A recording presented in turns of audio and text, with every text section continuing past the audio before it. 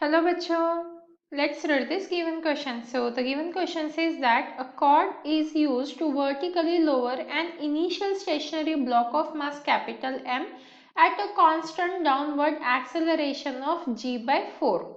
When the block has fallen a distance d, find the speed of the block.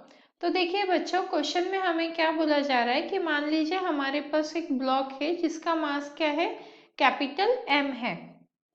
अब इस पे कितने acceleration act कर रहा है डाउनवर्ड डायरेक्शन में, तो a इज इक्वल्स टू क्या है, g बाई 4, ये हमें गिवन है। अब इसके वजह से ब्लॉक ने क्या कर लिया है, d डिस्टेंस कवर कर लिया। मतलब मान लीजिए कि अब ब्लॉक क्या है, d डिस्टेंस की दूरी पे है। तो हमसे बोला जा रहा है, और ये जो ब्लॉक है ये क्या है, वर्टिकली एक कॉर्ड से कनेक्टेड है। तो कुछ इस तरीके से हम कॉर्ड शो कर सकते हैं।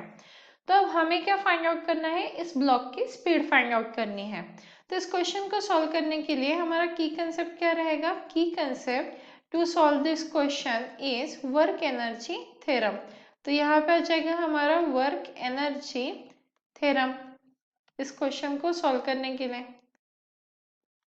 तो अब देखिए, वर्क एनर्जी थ्योरम की अगर हम बात करें तो सबसे पहले हम एफबीडी ड्रॉ कर लेते हैं। तो एफबीडी से हमें क्या मिलेगा, देखिए एफबीडी ये है कैपिटल एम, तो नीचे की तरफ क्या करेगा, कैपिटल एम जी, और ऊपर की तरफ एक रहेगा टेंशन, और डाउनवर्ड डायरेक्शन में एक्सेलरेशन रहेगा जो जी बाई 4 के इक्वल आता है। तो इस तरीके से हम एफबीडी शो कर सकते हैं। तो यहाँ से हम देख सकते हैं एम जी और एक्सेलरेशन की डायरेक्शन सेम है, तो इसीलिए हम M G minus T is equals to क्या लिख सकते हैं, एम इंटू ए। पर ए की वैल्यू जो हमें गिवन है वो सब्स्टिट्यूट कर देंगे, तो यहाँ पे आ जाएगा हमारा एम जी माइनस एम, यहाँ पे आ जाएगा g by 4 is equals to T.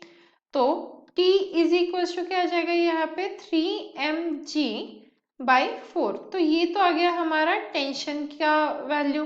अब हमें फाइंड आउट क्या करना है, स्पीड। तो स्पीड फाइंड आउट करने के लिए सबसे पहले हम क्या फाइंड आउट करेंगे, work done by the cord.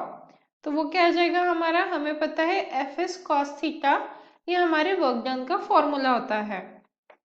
तो work done by the cord अगर हम देखें तो टेंशन लग रहा है हमारा ऊपर की डायरेक्शन में, और डिस्प्लेसमेंट जो है वो नीचे हो रहा है। मतलब अगर हम एंगल देखें तो क्या है, 180 डिग्री का है, क्योंकि टेंशन मतलब ही फोर्स होता है, और नीचे की तरफ डिस्प्लेसमेंट हो रही है मतलब एस। तो यहाँ पे हम वैल्यू सब्स्टिट्यूट कर देते हैं, तो यहाँ पे आ जाएगा टी डी, और कॉस, और एंगल कितना है हमारा 180 डिग्री, तो यहाँ पे आ जाएगा हमारा कॉस 180 डिग्री। तो अगर हम वैल्यू सब्स्टिट्यूट कर देते हैं t की, तो हमें मिल जाएगा यहाँ पे -3/4 mg इंटू डी। माइनस कहाँ से आया, कॉस 180 डिग्री क्या होता है -1, तो वहां से हमें माइनस साइन मिल गया। तो ये तो हुआ work done by the cord. अब ऐसे ही हम work done by the gravitational force calculate कर सकते हैं। तो ग्रेविटी की वजह से क्या आ जाएगा, F इंटू एस। तो F की वैल्यू क्या है हमारे पास mg, और डिस्टेंस कितना हो रहा है d, तो ये आ जाएगा mg और ये d। फोर्स मतलब जो ग्रेविटी की वजह से फोर्स है तो वो ग्रेविटेशनल फोर्स हुआ, तो mg इंटू डी। अब वर्क एनर्जी थ्योरम जो हमने की कंसेप्ट में देखा है उसका यूज करेंगे। तो उसके हिसाब से जो हमारा चेंज इन काइनेटिक एनर्जी है वो किसके इक्वल होता है, हमारा work done by the force, और we can say the cord, और प्लस हमारा ग्रेविटेशनल, तो ये हो जाएगा डब्ल्यू जी।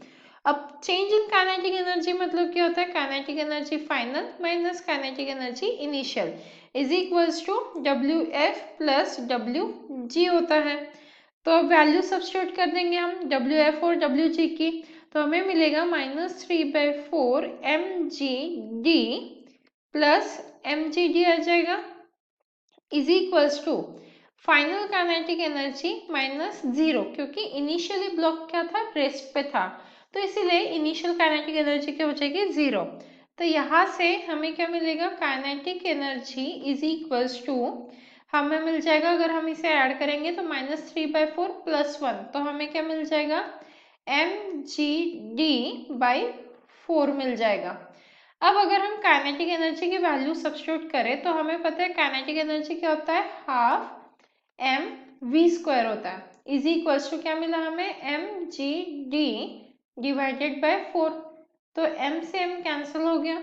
अब यहाँ से हम v की वैल्यू फाइंड आउट कर सकते हैं। ये 2 से ये 4 कैंसिल हो गया, 2 आ गया।